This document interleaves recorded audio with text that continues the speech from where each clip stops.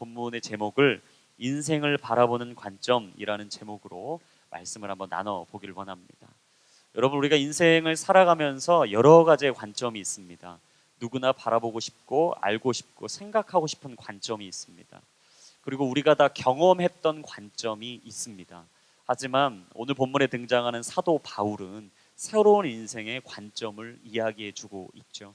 우리는 오늘 본문을 통해서 인생을 어떻게 바라봐야 될지, 어떤 관점으로 그 인생 앞에 나아가야 될지를 같이 한번 살펴보기를 원합니다.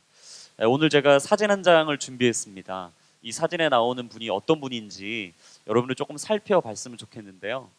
이 사진을 혹시 보시면서 누군지 혹시 아시는 분 계세요? 네, 아시는 분도 계실 거고요. 그렇다면 이 두 번째 사진을 보면 아마 여러분들이 이 사진의 주인공이 어떤 분인지 아실 겁니다. 두 번째 사진을 보시면 저희가 뭐 힐링 캠프 여러 가지 프로그램 우리 교회에서 뭐 간증해서 여러 가지로 우리가 자주 보았던 분이죠. 바로 우리가 잘 알고 있는 이지선 자매님입니다. 이지선 자매님은 오늘도 행복합니다, 지선아 사랑해 등등 여러 가지의 사진 그 책을 쓰고서 아마 베스트셀러로 유명한 분이 되었죠. 이 책에서 얘기하는 것은 하나님께서 내게 주신 사랑의 소망과 꿈이 무엇인지, 그 사랑을 통해서 우리 인생에 무엇을 말씀하시는지를 하나님이 알려주시는 것입니다. 사진은 빼주세요. 2000년 7월 30일 음주운전을 통해서 7중 추돌 사고가 났습니다. 근데 이제 7중 추돌 사고가 난 상태에서 사고가 났는데 그 7중 추돌 사고 중에 이지선 자매님이 타고 있던 차가 있었죠. 사고가 난 이후에 폭발을 했고 화염 속에서 정신을 잃었습니다. 신체 55%의 3도 화상이 넘는 아주 심하고 생명의 위협을 받을 수 있는 화상을 입었죠. 수차례의 대수술 그리고 여러 가지의 수술 속에서 그는 계속된 아픔과 어려움의 시간을 보냈습니다.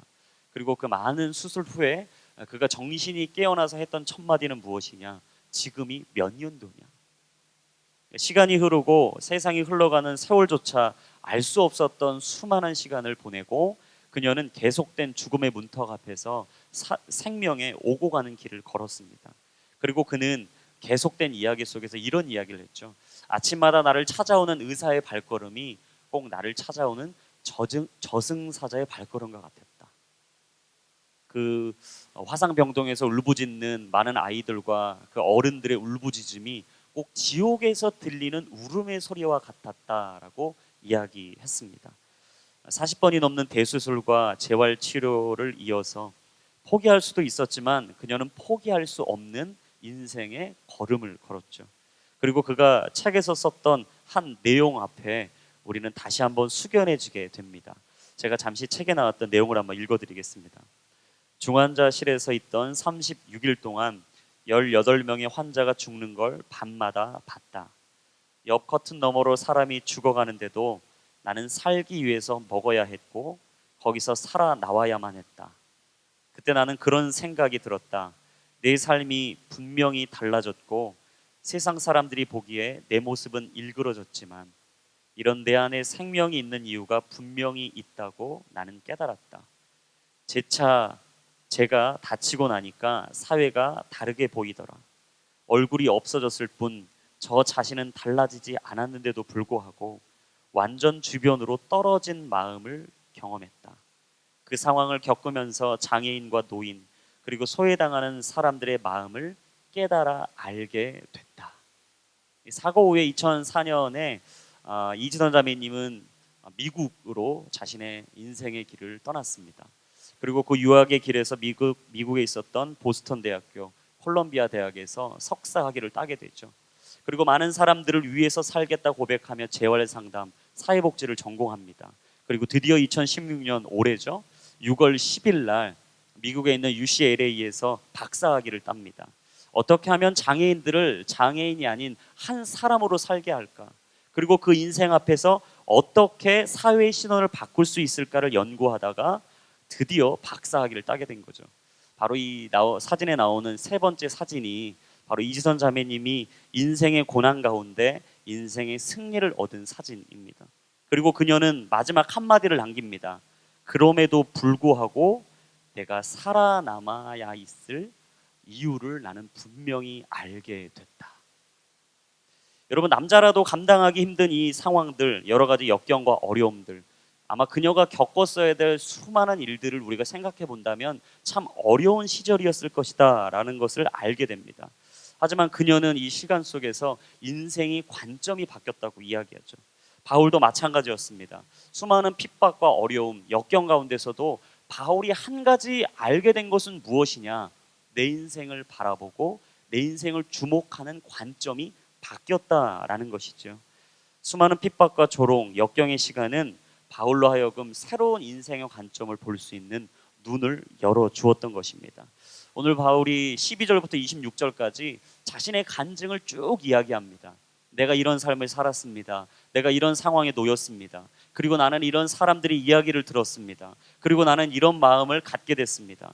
그리고 나는 이런 길을 걸어가겠습니다. 계속되는 수많은 이야기 속에 바울이 지속적으로 일관되게 얘기하는 것은 한 가지입니다. 그건 무엇이냐? 나는 이 일을 통해 인생의 관점이 바뀌었다라는 것이죠. 오늘 우리가 살아가는 이 사회에 염려와 근심, 걱정이 참 많습니다. 여러분, 매스컴을 봐도요, 걱정하는 얘기, 어두운 얘기, 힘든 얘기, 어려운 얘기 수없이 많습니다. 근데 우리가 이것을 보면서 한 가지 깨닫게 되는 건 뭐냐? 그렇다면 이 시대와 세대, 사회의 소망은 무엇이냐? 그 인생을 다르게 볼 수 있는 눈은 어디서 시작되느냐? 여러분, 이 세상, 이 삶을 살아가면서 우리가 새롭게 살아갈 수 있는 비결은 딱 하나입니다. 그건 무엇이냐? 사물을 볼 수 있는 눈이 바뀌어야 된다는 것이죠. 즉, 인생을 바라보는 관점이 바르게 열려야 한다라는 것입니다. 여러분, 우리가 인생의 관점을 바로잡지 못하고 내 인생을 바로 보지 못하면 우리가 무너지고 깨어지는 건 무엇이냐? 바로 하나님이 주시는 인생을 기쁨으로 살아갈 수 없다라는 것이죠. 하나님은 우리를 즐겁고 행복하고 즐겁게 그 길을 걸어가라고 하셨는데, 하나님이 주신 이 귀한 인생을 날마다 눌려서 붙들려서 매여서 세월을 허송세월 보내는 거죠. 그리고 하나님이 내게 주신 이 길 앞에 무엇이 옳고 그른지를 모른 채 에너지를 소비하고 고갈하고 낭비하고 허비하게 되는 것입니다.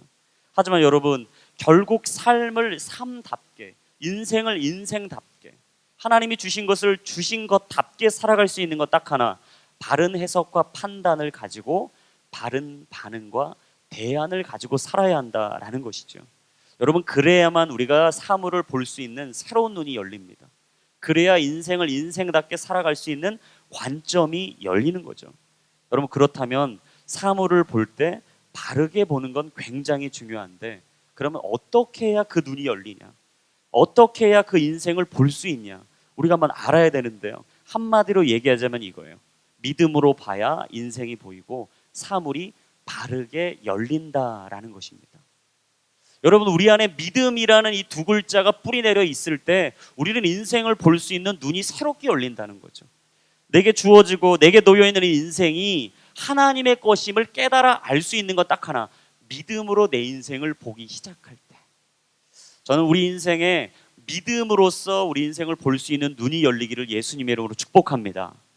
그렇다면 바울은 믿음으로써 자신의 인생을 보았는데 어떻게 자신의 인생의 관점을 새롭게 바꿨는지 우리가 오늘 본문을 통해서 한 세 가지 정도의 포인트로 함께 나눠보길 원합니다. 우리 오늘 본문에 우리 12절 말씀인데요, 우리 다시 한번 읽어보겠습니다. 시작.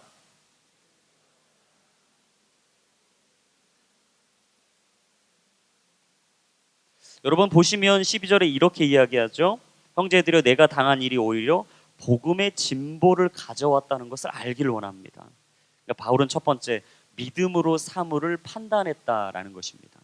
같이 한번 선포합니다. 믿음으로 사물을 판단합시다. 여러분, 신학교에 이런 말이 있어요.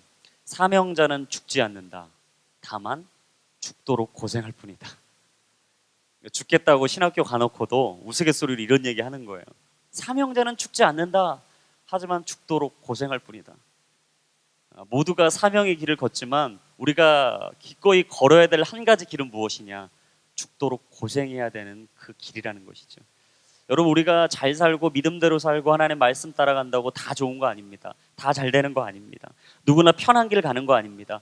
우리가 어쩔 수 없이 가야 할 길도 있고요, 어쩔 수 없이 맞닥뜨려야 될 사명의 자리가 있다는 것이죠. 낙관적이었던 죄수 바울, 언제나 행복하고 즐겁게 긍정적으로 생각했던 바울, 그 바울이 오늘 이야기한 것이죠. 나는 이 길 앞에 복음의 진보를 보고 있다. 네, 그는 자신의 투옥으로 말미암아서 복음이 진보되고 전파되고 있다라고 얘기합니다. 여러분, 복음의 전파의 장애물처럼 여겨지는 투옥조차도 그는 하나님의 구속의 진리 가운데 있다는 것을 믿었어요. 하나님의 구속을 통해 하나님의 뜻이 나의 삶을 드러내고 있다는 것을 믿었던 거죠. 결국 그 길은 디딤돌이 되고 있다는 것을 신뢰했던 것입니다. 여러분, 바울이 로마 감옥에 갇혔다면 주변에 있던 사람들이 바울을 보고 뭐라고 얘기했을까요? 야, 바울이 세상에 감옥에 갇혔대더라. 이 감옥에 갇혀서 이제 어떻게 하냐? 드디어 그 일이 막혔지 않을까? 이 일이 끝나지 않았을까? 아마 바울을 음해하고 이상한 괴소문이 막 돌았을 겁니다. 그러면서 얘기했던 건 아마 이런 거였을 거예요. 회의감에 빠져 있다. 바울은 이제 끝났다. 바울은 그 길 앞에서 멈춰설 수밖에 없다. 이제 그 복음을 도대체 누가 전해야 되냐? 그렇다면 이 일은 여기서 끝났는데 큰 해와 장애물이 혹시 우리에게도 미치지 않을까? 그리고 지금까지 뿌리고 거두고 심었던 모든 것이 수포로 돌아가시는 것이 아닐까라는 이야기들이 아마 수없이 전해지고 있었을 거예요. 대부분 이렇게 생각했을 겁니다. 대부분 이렇게 판단했을 겁니다. 아니, 대부분 이 상황을 그렇게 보았을 거예요. 하지만 바울은 보편적으로 객관적으로 생각하지 않았습니다. 이 상황을 그렇게 받아들이지 않았습니다. 하나님을 만난 사람의 특징, 그건 뭐냐? 사물을 판단하는 그 관점이 다르다는 거죠. 이 상황을 보는 관점이 다르다는 것이죠. 그리고 환경을 봄으로써 하나님이 그 뒤에서 일하고 계심을 계속 관심을 가지고 보고 있는다라는 거예요. 믿음을 보았고 하나님의 인정을 바라보는 것이죠. 여러분, 여기서 한 가지 깨닫는 사실은 무엇이냐? 범사의 하나님을 인정하고 말씀의 근거에서 만물을 우리가 사유해야 된다라는 거예요. 여러분, 우리가 가장 먼저 해야 되는 것은 하나님을 인정하는 것입니다. 그 일 앞에 하나님이 일하시고 뜻하고 계시다는 것을 우리가 인정할 때 하나님께서 우리를 통해 역사하시는 줄로 믿습니다. 여러분, 하나님의 인정이 있다면 그 다음은 무엇이냐? 하나님의 진리로, 하나님의 눈으로 만물을 보아야 된다는 거예요. 우리의 상황과 환경뿐만 아니라 사람의 일하심, 이 모든 것을 이끌어 가심을 인정해야 된다라는 거죠. 여러분, 제가 저번 주에도 얘기했어요. 대부분 믿는 사람들이 이런 얘기 많이 한다. 믿음 가지고 살기가 참 어렵다. 여러분, 믿음대로 살기가 진짜 어렵다. 이런 얘기 많이 들어보시잖아요. 근데 여러분, 생각해 보십시오. 진짜 믿음대로 사는 게 어렵습니까? 아니에요. 우리가 믿음의 삶의 방식을 가지고 살고 있지 않고 세상에 말하고 객관적으로 보편적으로 말하는 길을 따라가고 있기 때문에 우리가 그 방식, 방법을 전환하기가 어려울 뿐이지, 여러분, 믿음을 가지고 사는 게 어렵지 않습니다. 왜냐하면 수많은 믿음의 조상들이 그렇게 살았고 많은 사람들이 그 길을 따라갔기 때문이에요. 여러분, 사람은 익숙한 대로 살기 쉬워요. 익숙한 대로 생각하기 쉽습니다. 익숙한 대로 말하기 쉽습니다. 그래서 자기가 익숙해진 걸 바꾸기가 싫은 거예요. 여러분, 여러분이 말하는 습관을 여러분들이 잘 아시죠? 다른 사람보다 자기가 자기를 제일 잘 알아요. 내가 오늘 하루를 살아가는 24시간을 내가 제일 잘 압니다. 여러분, 생각해 보십시오. 여러분은 아마 여러분들이 익숙해져 있는 대로 아마 살아가고 계실 거예요. 세상 가운데 젖어 있는 대로 살아가고 계실 거예요. 그렇다면 여러분, 우리가 하나님의 주신 믿음을 가지고 살려면 한 가지가 필요해요. 뭐죠? 생각의 전환, 믿음의 전환, 삶의 방식의 전환, 습관의 전환이 필요한 거죠. 어떤 것에 익숙해 있고 내가 어떤 것을 따라가고 있느냐. 여러분들은 믿음으로써 여러분의 인생을 살아가는 데 익숙해 계십니까? 아니면 세상이 말하는 보편적인 객관적인 길을 따라가는 데 익숙해 계십니까? 사람들이 말하는 것을 듣기 위해 쉬우십니까? 아니면 하나님이 말씀하시는 것을 듣기 위해 쉬우십니까? 아니면 나는 내가 생각하고 느끼는 대로 내 감정대로 그 길을 선택하고 결정하십니까? 아니면 하나님이 말씀하시고 부르시는 대로 순종하고 계십니까? 여러분, 예수님 안 믿는 사람들에게 하나님께 드리는 이 헌신과 수고, 아마 가장 바보 같은 일일 거예요. 여름 아우리치 한번 생각해 보세요. 이 뜨거운 여름 휴가 내가지고 다른 데 여행 안 가고 막 물질을 쏟아붓고 막 휴가를 다 드린다. 그것처럼 바보 같은 일은 없는 거죠. 그런데 놀라운 사실은 하나님을 따라가는 길은 진짜 바보 같은 길이라는 거예요. 예수님의 십자가는 진짜 바보 같은 십자가라는 것이죠. 누구도 인정하지 않았고 누구도 주목하지 않았고 누구도 그 길을 옳다 말하지 않았습니다. 그런데 그 길을 가는 것이죠. 예수님을 따라가는 믿음의 사람들의 인생은 진짜 바보 같은 인생이에요. 당장 눈에 보이는 이윤이 없습니다. 당장 눈에 보이는 실리가 없는 거예요. 내 안에 그런 이득이 없는데도 불구하고 모두가 인정하고 이해하고 바라보지 않는 삶의 방식, 바로 믿음의 방식, 하나님의 방식을 따라가는 사람들, 그 사람들이 바로 믿음의 사람들이라는 것이죠. 저는 이 자리에 있는 우리 모두가 다 하나님의 뜻대로 하나님의 방법대로 살아갈 수 있는 믿음의 결단이 있기를 예수님의 이름으로 축복합니다. 여러분, 바울은 가이사랴에서 2년, 로마에서 2년, 총 4년을 옥에 갇혔어요. 여러분, 4년이 쉬웠을까요? 우리가 막 생각하는 1년 너무 힘들잖아요. 우리 리더십들 1년 순장하고 1년 그룹장하고 MC 하는데 진짜 힘들대요. 여러분, 1년도 진짜 이렇게 힘들고 어려운데 4년을 옥에 갇혀 있었다. 이 4년을 자기가 원하지 않는 그 자리에 있었다. 그리고 남들이 아무도 알아주지 않는 그 길을 그냥 걸어가야 한다. 바울은 참 힘들었을 겁니다. 근데 오늘 본문의 12절에 말하는 것, 복음에 진보가 있었다. 무엇입니까? 다른 눈인 거예요. 다른 시각인 거죠. 인생을 해석하고 바라보는 눈이 완전히 열린 겁니다. 하나님이 주시는 인생의 관점이 새롭게 열린 것이죠. 인생은 해석되어야 제대로 된 인생을 살게 되는 것입니다. 여러분, 우리 인생이 제대로 해석되는 역사가 있기를 축복합니다. 인생이 해석되면 진짜 제대로 살 수 있어요. 여러분, 요즘 대학 졸업하고 취직 준비하시고 여러 가지로 힘들고 어렵잖아요. 놀라운 사실은 어려운 직장을 얻고 나서도 사회에 회의가 드는 거죠. 그 직장에 회의감이 드는 거죠. 너무나 힘들고 어렵고 지쳐서 우리 모두가 다 하는 한 가지 이야기가 있더라고요. 그건 뭐냐? 헬조선을 떠나야 된다. 헬조선을 떠나야 된다. 그래서 많은 분들이 이민을 가요. 이민을 가면서 막 영어도 준비하고 스펙도 준비하고 제동도 준비하고 어느 나라로 어떻게 갈지 많이 준비하시더라고요. 놀라운 사실은 우리 온누리교회 대학 청년부에도 꽤 많습니다. 제 주변에도 많이 가세요. 많이 가시면서 항상 저에게 이런 얘기를 하세요. 가면 좋으니까 가서 자리 잡아놓을 테니까 당신도 와라. 가면 다 잊을 거면서 괜히 그런 얘기로 사람을 유혹하고 마음을 흔들어 놓죠. 저도 솔직히 뭐 여러 가지 생각해봤어요. 진짜 여기서 벗어날 수 있는 길은 이민인가? 이 팍팍하고 힘든 이 대한민국에서 벗어날 길은 이민인가? 과연 그게 진짜 내 삶의 해답인가? 내 길의 방편인가? 하나님이 뜻하신 건가? 놀라운 사실, 근데 뭐 이민 가는 게 나쁘다는 얘기는 아닙니다. 근데 계속 기도하면 기도할수록 하나님이 내게 주시는 답은 다르더라고요. 하나님이 내게 말씀하시는데 딱 한 가지예요. 그러면 대한민국은 누가 지키냐? 여러분, 다 떠나면 대한민국은 누가 지킬 겁니까? 하나님이 내게 물으시더라고요.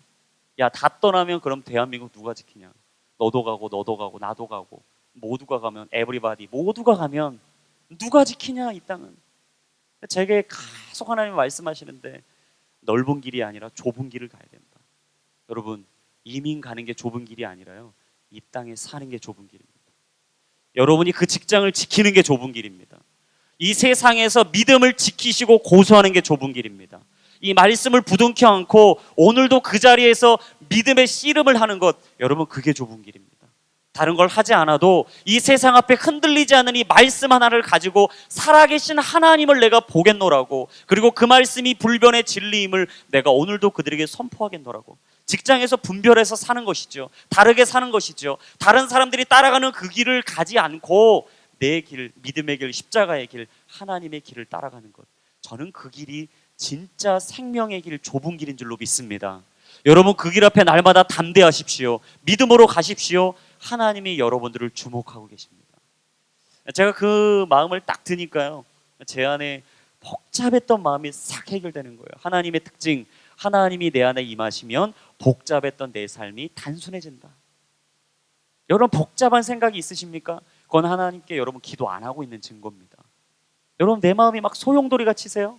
막 이상하게 막 사람들 얘기 하나만 들으면 계속 그 얘기가 내 마음에 맴도십니까? 그렇다면 하나님께 달려가서 기도하십시오. 그러면 하나님이 그 사람의 이야기가 아니라 하나님의 이야기를 들려주실 겁니다. 그 사람의 상황이 아니라 하나님의 일하심을 보여주실 것입니다. 그럴 때 우리의 인생의 모든 길이 하나님의 뜻대로 이루어지는 줄로 믿습니다. 제가 그러고 보니까 저번 주에 계속 얘기했던 것, 이 교회에 계속 소망이 없다고 얘기하는 거죠. 이 교회 안 된다는 거, 약해진다는 거, 어렵다는 거예요. 근데 여러분, 그 염려를 하실 필요도 있습니다. 어느 부분은 염려하고 걱정해야 돼요. 놀라운 사실은 그렇지만 대부분의 염려와 걱정은 굳이 하지 않아도 될 염려와 걱정이라는 거죠. 왜요?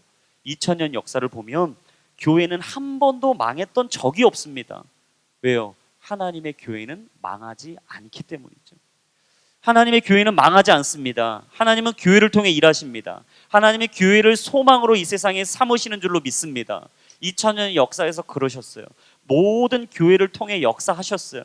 연약하고 부족하지만, 죄인인 우리가 이 자리에 모여 있지만, 도대체 하나님께 나아갈 수 있는 것이라고는 어느 것 하나도 눈꼽만큼도 찾아볼 수 없는 죄인 중에 괴수인 우리가 이 자리에 모여 있지만, 하나님은 우리를 통해 교회를 만드시는 거죠. 그리고 우리를 세상의 소망으로 삼으시는 거죠. 그리고 교회를 통해 하나님의 뜻을 이루시는 겁니다. 왜냐? 교회는 예수님의 피값으로 사신 교회이기 때문에, 예수님이 피 흘리시기까지 이 교회를 지키셨기 때문에, 십자가에 죽으시고 다시 이 땅에 오셔서 세우신 것은 무엇이냐? 바로 교회이기 때문인 줄로 믿습니다. 여러분, 교회를 붙잡으십시오. 교회를 붙잡으셔야 돼요. 그래서 저는 이 자리에 혹시나도 패배의식, 두려움에 쌓이신 분들이 있다면 이 시간 축복해요. 여러분들의 여러 염려와 두려움과 패배의식이 하나님의 말씀과 하나님의 성령의 기름 부으심이 임할 때 다 떠나가고 믿음으로 담대하여 하나님의 비전과 꿈을 다시 품을 수 있기를 예수님의 이름으로 축원합니다. 여러분, 그게 바로 우리를 이 자리에 불러주신 뜻이라는 거예요. 바울이 그리고 이렇게 고백했죠. 내가 당한 일이 오히려 복음의 진보를 가져왔습니다. 여러분, 이 말씀을 여러분 마음에 새기세요. 하나님, 내가 당하는 어려움을 통해 복음의 진보가 있습니다. 내가 하는 이 땀과 수고와 열정과 열심을 통해 하나님의 복음의 진보가 있는 줄로 믿습니다. 하나님, 날마다 그 일을 이루어 주시고 그 역사를 보여주시고 내가 포기하지 않게 하여 주시고 뒷걸음질 치지 않게 하여 주시고 복음의 자유를 누리며 옥에 갇혀 있으나 그 안에 자유를 누렸던 바울처럼 내가 날마다 이 땅에서 영원한 자유를 누리며 살게 하여 주옵소서. 여러분, 이게 바로 하나님이 주시는 자유라는 거죠. 그리고 하나님은 그 일을 통해 복음을 누룩과 같이 퍼지게 하실 거예요.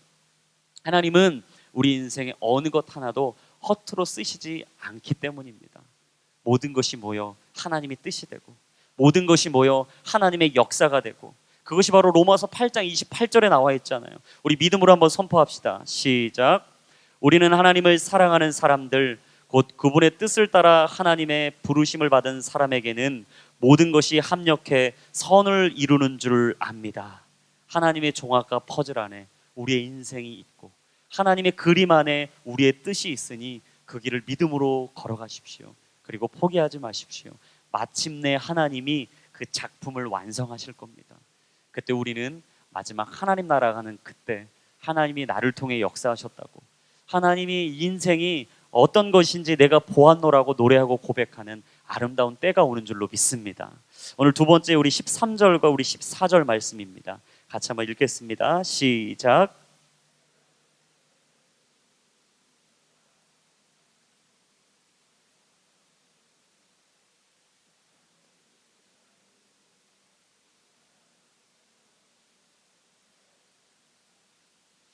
인생의 관점이 바뀌었던 사도 바울, 두 번째 그가 보았던 것은 무엇이냐? 바로 하나님의 방법을 인정하게 된다는 것이죠. 같이 한번 선포하겠습니다. 하나님의 방법을 인정합니다. 그럼 2000년대 중반에 베스트셀러가 됐던 한 책이 있습니다.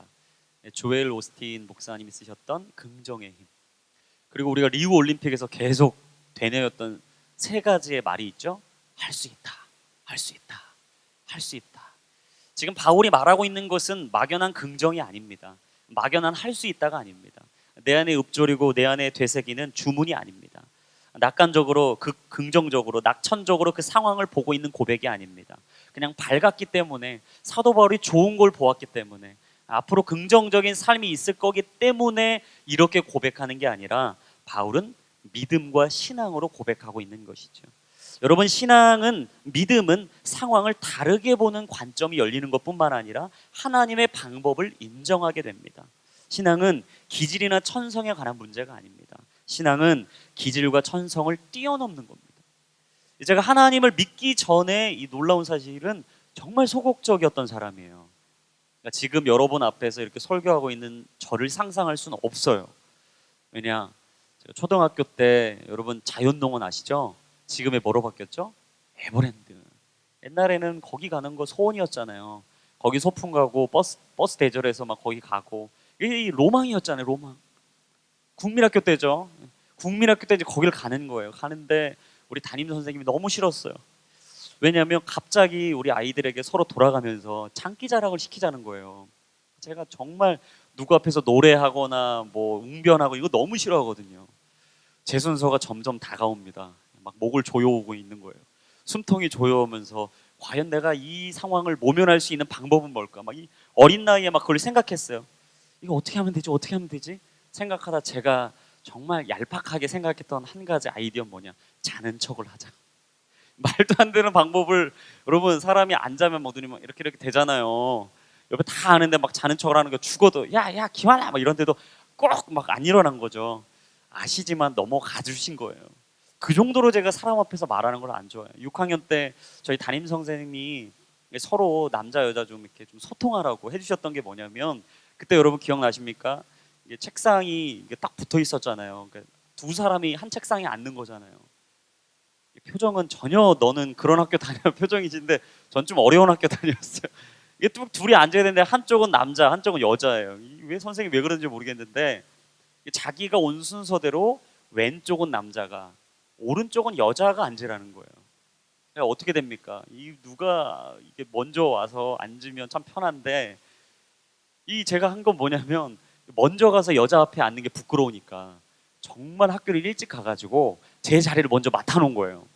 제가 그 정도로 부끄러웠어요, 사람한테. 그래서 항상 아침잠이 많은 아이였는데, 그때만큼은, 그 시기만큼은 제가 일찍 가서 자리를 맡아놓을 정도로 남들 앞에 가서 막 얘기하고 말하는 게 정말 힘듭니다. 근데 하나님 만나고 저를 완전히 바꿔주셨는데, 제가 소극적이고 여자하고 말 못했던 걸 완전히 바꿔주셨어요. 왜냐하면 교회는 남자와 여자 비율이 8대2입니다. 제가 여자하고 말을 못하면 목회를 못해요. 하나님이 완전 바꿔주신 거죠. 그래서 자매분들 얼마든지 상담 가능하니까 오셔서 상담하셔야 돼요. 그러니까 하나님은 그렇게 우리를 완전 바꿔주시는 거죠. 믿음과 신앙이란 무엇이냐? 기질과 천성을 완전 바꿔주세요. 내 안에 부족하고 연약했던 걸 메이크업 해주시는 거죠. 그 자리가 덧날 것 같으면 하나님이 덮어주시는 거예요. 그리고 채워주시는 것이죠. 그리고 하나님의 일들을 이루어 주시는 거죠. 누구든지 주님의 복음을 받아들이면 다른 눈을 갖도록 하나님이 그의 인생을 새롭게 해주시는 거죠. 여러분, 신앙은 긍정의 사고를 뛰어넘는 것입니다. 신앙은 하나님이 밖으로부터 우리 안에 부어주시는 하나님의 역사이기 때문에 내 안에 소극적이든 적극적이든, 내 안에 부족함이 있든 연약함이 있든 아무 상관없습니다. 하나님이 부어주시고 채워주시는 대로 우리를 만들어주시는 줄로 믿습니다. 여러분, 그게 필요한 것이죠. 그래서 오늘 기도하셔야 돼. 하나님, 내 안에 주의 것을 채워 주시옵소서. 내게 말씀의 영을 부어 주시옵소서. 하나님, 기도하면 기도할 수 있도록 하늘의 은사가 내 안에 부어지는 놀라운 역사가 있게 하여 주시옵소서. 바울이 그런 인생 살았던 거예요. 그러면서 13절에 바울이 얘기하기를, 사슬에 매인 것으로 인해 내 안에 두 가지의 유익이 있다라고 말해요. 그래서 첫 번째, 사슬의 매임을 통해 바울이 고백하는 첫 번째 유익은 뭐냐? 바로 새로운 사람들이 복음을 들었다라는 것이죠. 여러분, 사도 바울이 옥에 갇혔다. 겉으로 보기에는 매우 어려운 상황입니다. 힘든 상황이에요. 그 안에서 여러분 사람을 만날 수 있습니까? 없습니까? 없어요. 면회가 그때 있었겠어요? 없죠. 바울 만나게 하면 복음 전하기 때문에 아마 면회도 안 시켜줬을 거예요. 독방에 있었을 겁니다. 그런데 놀라운 사실은 학자들이 얘기하는 것, 그 안에 이 친위대들이 있었다. 이 본문에 보시면 친위대라고 나옵니다. 이 친위대가 뭐냐면 황실 근위대였던 거예요. 황신에서 가장 탑 클래스로 죄수들, 아주 극악한 죄수들을 지키고 있었던 사람들. 근데 지금 간호사들이 우리 시대에 3교대를 근무하는 것처럼 그 시대에 이 친위대들, 시위대들이 4교대로 근무했다고 신학자들이 얘기하더라고요. 여러분 사교대로 24시간을 돌아가면서 지키고 있는 거예요. 64, 24. 한 6시간씩 지켰겠죠?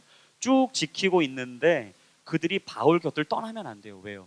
이 죄수가 혹시라도 도망가고 풀어지면 자기 목숨과 바꿔야 될 정도로 아주 위험한 죄수였거든요. 그렇다면 바울 옆에서 지키고 있었던 죄수와 그 친위대의 이 관계를 한번 상상해 보십시오.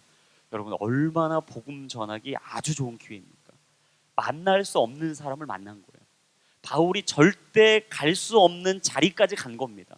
여러분 하나님이 어떻게 우리 인생을 이끌어 가시냐? 하나님이 우리가 상상할 수 없는 자리까지 이끌어 가세요.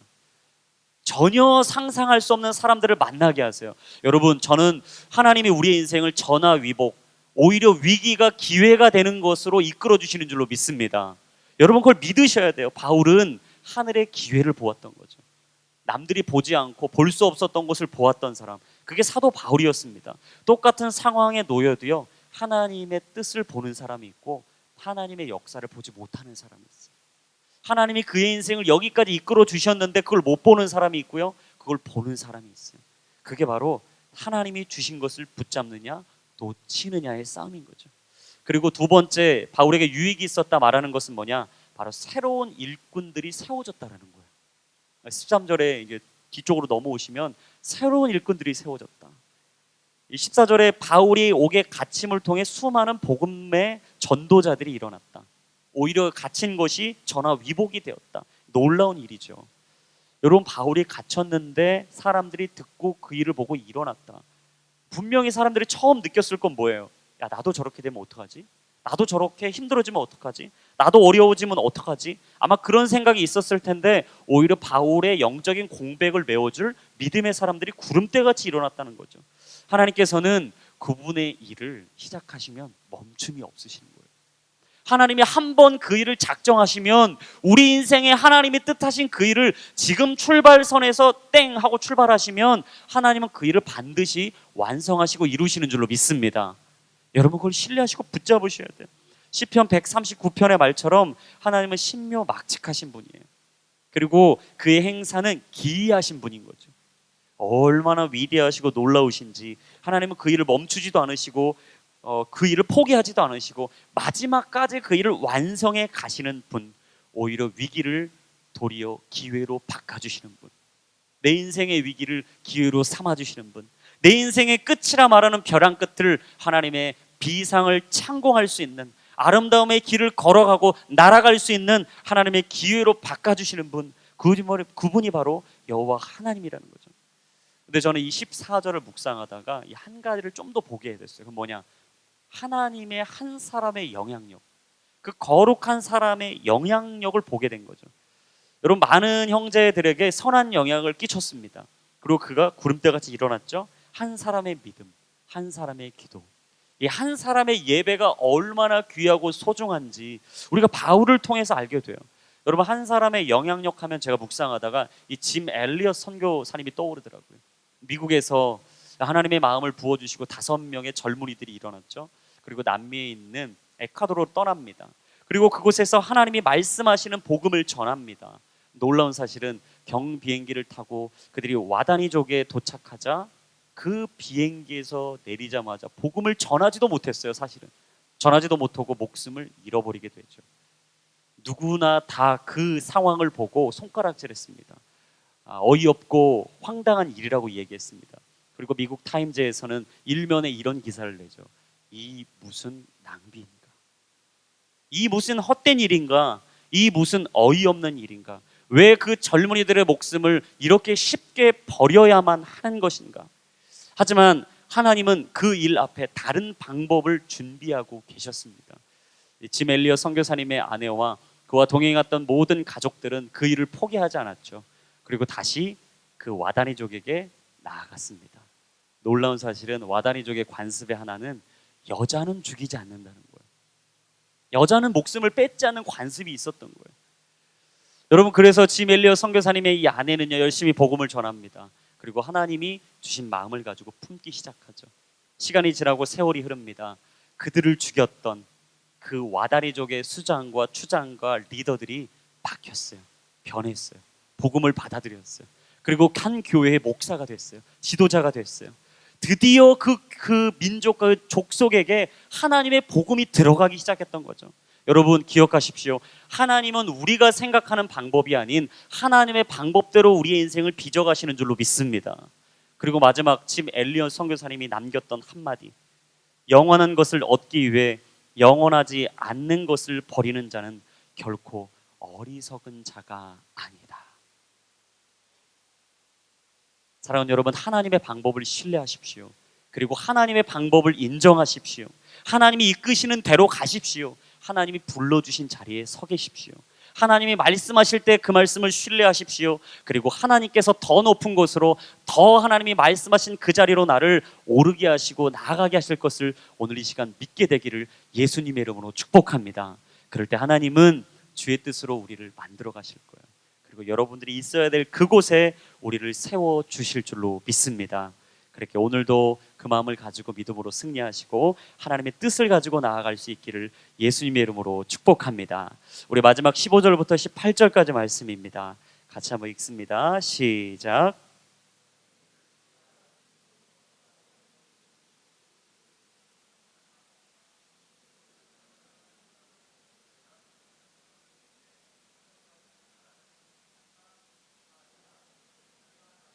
내가 갇힌 것에 괴로움을 더하게 하려고 순수하지 못하게 다툼으로 그리스도를 전파합니다. 그렇지만 어떻습니까? 가식으로 하든 진실로 하든 전파되는 것은 그리스도니 나는 이것으로 인해 기뻐하고 또 기뻐할 것입니다. 마지막 세 번째, 사도 바울이 우리의 인생의 관점이 바뀜으로써 고백하는 건 무엇이냐? 바로 하나님의 시선으로 모든 걸 바라보게 된다는 거죠. 같이 한번 선포합니다. 하나님의 시선으로 바라봅니다. 여러분, 드디어 우리가 기다리고 기다리던 명절 추석이 다가왔죠. 하지만 이 명절 추석이 다가오고 설이 다가오면 두 부류의 사람들이 있어요. 첫 번째, 기대함으로 그때를 기대하고 준비하는 사람이 있고요. 또 한 분은 두려움과 낭만과 좌절로 떠는 분이 있어요.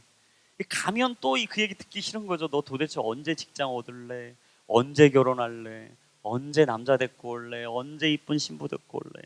이 직장과 결혼 얘기가 너무 듣기 싫은 거예요. 여러분, 이 이야기를 들으면서 우리가 얻게 되는 것은 막 선교사님의 고통이 느껴지는 거죠. 막 선교사님이 열방에서 겪는 고난과 어려움과 역경, 야 이게 아닌가?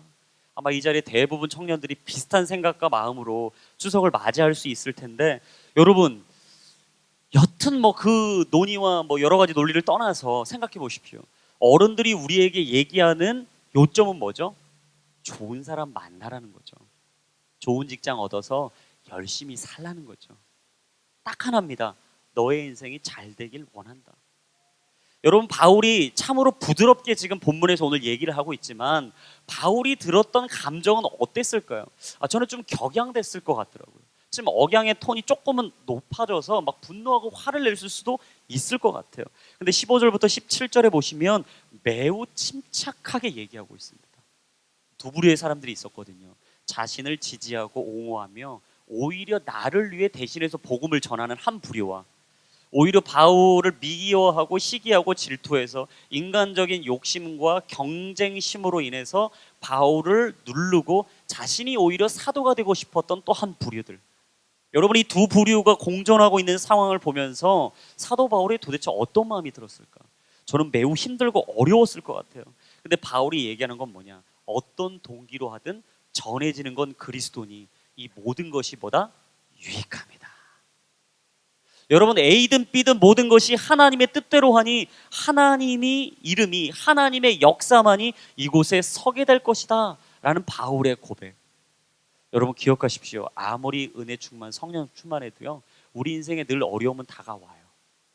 이런 생각하지 마십시오. 하나님, 내가 이렇게 열심히 기도했는데 왜 내게 이 일이 와야 됩니까? 도대체 내가 열심히 예배하고 하나님을 섬겼는데 왜 이 일을 겪어야 합니까? 라고 말하지 마세요. 우린 누구나 다 그 길을 겪게 됩니다. 누구나 다 그 길을 건너가야 됩니다. 누구나 다 요단강을 건너야 하고, 누구나 다 여리고성이 무너지는 걸 보아야 하고, 누구나 다 골리앗 앞에 서게 되는 것. 여러분, 그게 바로 하나님이 우리에게 허락하신 인생의 길이라는 거예요. 여러분, 바울은 믿음의 눈이 열리고 지극히 선한 것이 무엇인지 분별하기 시작하자 하나님의 역사를 보았어요. 하나님의 시선으로 모든 일을 보았어요. 그러고 나니까 동기가 무엇이든 예수님만 전해지면 괜찮다라고 말하는 거예요. 저는 우리 J4U 안에 여러 가지 모양의 은사를 갖고 계신 분들이 있다고 압니다. 어떤 분은 막 다혈질이에요. 막 성격이 확 불같아요. 그래서 막 뜨겁게 하는 분이 있고요. 어떤 분은 침착하세요. 차분하세요. 놀라운 사실은 이 두 부류가 섞이지를 못한다는 거죠. 왜냐? 서로가 서로를 보면 이 신앙이 틀린 거예요. 이 믿음이 틀린 거예요. 이 예배가 틀린 거예요. 이 기도가 틀린 거예요. 이 찬양의 자세가 틀린 거예요. 그래서 어떤 분은 막 찬양할 때 막 뛰놀고 막 이렇게 하면 힘들어하는 분들이 있어요. 어려워하는 분들이 있어요. 어떤 분은 막 방언을 하고 샬랄랄라 막 하면은 왜 저렇게 여기서 하지? 지 혼자 가서 좀 그렇게 하지? 이렇게 하는 분이 있어요. 어떤 분은 침묵해서 기도하면 저 사람은 왜 또 와서 자나? 여러 가지로 막 생각하는 거죠. 우리가 이 안에서 한 가지 마음으로 모였는데 여러 가지 마음이 공존하고 있다는 거예요. 이유는 뭐냐? 나를 초점으로 해서 그 사람을 보기 때문이죠. 내가 중심이 돼서 그 사람을 보기 때문에. 근데 하나님은 교회를 우리를 부르셨을 때 어떤 관점을 원하시느냐? 하나님의 관점을 원하십니다. 하나님의 초점으로 그 사람을 보길 원하세요. 하나님의 초점으로 그의 인생을 보길 원하세요. 하나님의 시선으로 그의 인생을 보길 원하세요. 하나님의 시선으로 내 삶을 다시 재조명하기를 하나님은 원하신다라는 거예요. 나만 옳지 않습니다. 나만 진실되지도 않아요. 나만 하나님을 열심으로 섬기는 거 아닙니다. 나만 진심이 있는 게 아니에요. 우리 모두가 다 하나님의 뜻 안에 있는 것이죠. 저는 우리 J4U가 하나님의 뜻 안에 온전히 하나 되는 공동체 되기를 예수님의 이름으로 축복합니다. 혹시라도 누군가 미워했다면 이제 추석이니까요. 마음을 다 비우시고 서로 사랑하기에 열심과 열정을 낼 수 있기를 축복합니다. 여러분, 그렇다면 바울의 기쁨의 근원은 무엇이었을까? 바로 자신이 아니라 복음을 보았던 것이죠. 내 인생이 아니라 복음을 보았던 거예요. 나의 잘남, 나의 뜻함이 아닌 하나님의 뜻을 보았던 거죠. 바로 사사로운 것에 매이지 않고 복음에 붙들렸기 때문입니다. 여러분, 인생 사시면서 너무 사사로운 것에 매이지 않기를 축복합니다. 너무 사람 말에 예민하게 반응하지 마시고 너무 사람들이 말하는 것에 집중하지 마세요. 여러분, 진짜 좋은 교회, 진짜 좋은 공동체는 무엇으로 판단할 수 있나? 저는 시간이 가면 판단된다고 생각해요. 여러분, 시간이 가면요, 가짜였던 건 가짜가 드러납니다. 그러니까 내 열심으로 내 열정으로 했던 것은요, 시간이 지나면 드러나요. 왠지 아세요? 시간이 지나면 사람은 변질되게 돼 있습니다. 그 자리, 그 열심, 그 섬김과 헌신이 내 의지와 내 힘, 내 노력이었다면 여러분, 언젠가 그것은 내가 드러나게 돼 있어요. 근데 시간이 지나도 바뀌고 변하지 않는 건 무엇이냐? 바로 하나님이 그 안에 부어주신 대로 그 일을 감당할 때예요. 근데 저는 31년이 지나고도 바뀌지 않는 오늘의 교회를 너무 사랑합니다. 여러분, 오늘의 교회 안에 계셔서 이 교회가 좋은 교회인지 잘 못 느끼실 수 있는데요, 우리 교회를 조금만 벗어나 보면 우리 오늘의 교회가 얼마나 좋은 교회인지 여러분 아실 거예요. 여러분이 대한민국에 있는 많은 교회들이 어느 교회를 주목하느냐? 우리 교회를 주목합니다. 한국 교회의 대안은 오늘의 교회라고 말해요. 그래서 선교, 열방의 선교뿐만 아니라 사회 선교, 이 나라를 짊어지고 모든 문제와 상황을 판단하고 모두가 포기하고 싶고 내려놓고 싶은 그 상황과 환경들을 외면하지 않고 우리가 기꺼이 짊어지고 나아갈 수 있는 교회, 저는 우리 오늘의 교회가 너무나 좋습니다. 사람들이 말하는 대로 살아가지 않고 풀어내는 대로 보지 않고 노력과 수고가 있고 땀 흘림이 있는 교회, 서로의 다툼이 아니라 서로의 다름을 인정해 주는 교회, 저는 그 교회, 오늘의 교회 너무나 좋습니다. 이유는 딱 하나죠. 은혜로 하나 되는 교회이기 때문에. 여러분, 저는 우리가 있는 그곳에 하나님의 은혜가 넘치기를 축복합니다. 어떤 인생 사셔야 되냐? 은혜가 덮이는 인생을 사셔야 돼요. 어떤 인생의 길을 걸어가셔야 되냐? 여러분들이 있는 곳에는요, 하나님의 은혜가 있는 인생을 사셔야 돼요. 하나님의 은혜는 무엇이냐? 봐야 될 것을 보고 보지 않아야 할 것을 보지 않는 것, 들어야 할 것을 듣고 들어야 하지 않아야 할 것을 듣지 않는 것. 내가 붙잡아야 할 것을 붙잡고 내가 붙잡지 않아야 하는 것은 기꺼이 놓을 수 있는 거예요. 여러분, 그걸 바로 은혜라고 이야기합니다. 종교개혁자였던 깔뱅은 항상 하나님의 은혜를 노래했죠. 모든 것 앞에서 자신이 항상 얘기했던 건 단 하나였습니다. 솔리 데오 글로리아, 오직 하나님께 영광을. 내가 서 있는 모든 자리, 내가 거하는 모든 자리, 내 인생의 목표와 목적 다른 곳에 두지 않고 그는 한 가지 날마다 노래하고 고백했습니다. 솔리 데오 글로리아, 오직 하나님께 영광을. 우리가 언제 하나님이 뜻하신 삶대로 살 수 있느냐, 내 비전과 꿈을 어떻게 하면 잃어버리지 않고 살 수 있느냐, 그리고 내가 하나님의 마음을 품고 그 자리를 어떻게 서서 걸어갈 수 있느냐, 단 하나입니다. 오직 하나님께 영광을, 우리의 시선을 하나님께 두는 것이죠. 내 인생의 목적을 하나님께 두는 것이죠. 내 인생의 걸음을 하나님께 두는 것이죠. 그리고 하나님께 고백하는 것이죠. 하나님, 내 인생의 모든 것이 주께 영광을 올려드리게 하여 주옵소서. 나의 한마디가, 나의 행동이, 나의 삶의 걸음걸음이 오직 하나님만을 예배하고 찬양하는 인생이 되게 해주십시오. 저는 마지막 세 가지 교회를 이야기하며 오늘 말씀을 마치길 원합니다. 첫 번째, 미셔너리 처치. 저는 우리 제이포유가 미셔너리 처치, 그런 공동체 됐으면 좋겠어요. 하나님의 말씀이 임하면 당장이라도 달려가는 교회. 주님께서 뜻하신 곳이 있다면 기꺼이 달려갈 수 있는 교회. 누구나 다 말하는 그 자리가 아닌 제자로 모였다면 사도로서 세상에 파송되는 공동체와 그 교회. 저는 우리 제이포유 청년부가 그런 미셔너리 처치가 되기를 축복합니다. 두 번째, 메인터넌스 처치가 있다라는 거죠. 늘 유지하고 보수하려는 교회. 그냥 그 교회를 이 정도의 상태로 유지하기에 급급한 교회. 근데 여러분, 가장 위험한 게 뭔지 아세요? 있는 대로 유지하려고 하는 교회입니다. 해왔던 대로 그대로 하려고 하는 교회. 우리 인생의 신앙의 가장 위험한 때는 언제냐? 내 신앙 여기서 안주하려고 할 때입니다. 기도의 시간 이 정도면 충분하다. 예배의 시간 이 정도면 충분하다. 말씀 보는 시간 이 정도면 충분하다. 여러분의 신앙이 그 정도로 괜찮다고 생각하는 메인터넌스 처치, 그런 유지하고 이 정도만 괜찮다는 안주함으로 빠질 때 여러분 인생에 가장 위험한 거예요. 하나님은 언제 우리를 성장시켜 주시느냐? 하나님께 드릴 때 성장시켜 주십니다. 근데 사람들은 착각해요. 성장하면 드리겠다고 얘기하죠. 아닙니다. 드리면 성숙하고 성장하게 돼 있어요. 헌신하면 하나님 안에 자라가게 되어 있습니다. 왜요? 영적인 원리는 드릴 때 배가 되는 것이기 때문에. 마지막 우리가 가장 위험하게 생각하는 교회 세 번째, 뮤지엄 처치입니다. 박물관이 되어버린 거죠. 여러분, 박물관 가시면 가장 오래되면 오래될수록 값어치를 먹여줍니다.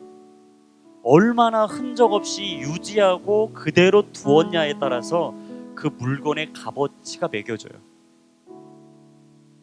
근데 여러분, 교회 중에 가장 위험한 교회는요, 뮤지엄 교회예요. 사람들이 보기에는 괜찮아 보이죠. 전통이 유지돼 있고 관습이 내려가 있고 그대로 있는 모습을 유지하고 있기 때문에 좋아 보일 수는 있습니다. 하지만 하나님은 그건 원치 않으세요. 하나님이 원하시는 것은 무엇이냐? 영혼 속에서 하나님의 나라를 보길 원하시는 거죠. 그대로 보수하고 유지하는 것을 원하시는 게 아니라 날마다 새로워지길 원하시는 거예요. 하나님의 말씀 안에서, 하나님의 성령의 역사 안에서, 하나님이 세우셨던 초대교회들이 날마다 흥왕케 되고 번성케 되고 하나님이 흩어지고 흩어졌던 그 일을 통해 결국 열방의 복음이 전해졌던 것처럼 하나님의 방법으로 하나님 우리를 계속 흩길 원하시는 거죠. 변하길 원하시는 거죠. 여러분, 그런 신앙생활로 영원히 사시기를 축복합니다. 그럴 때 우리는 하나님의 뜻을 보게 될 거예요.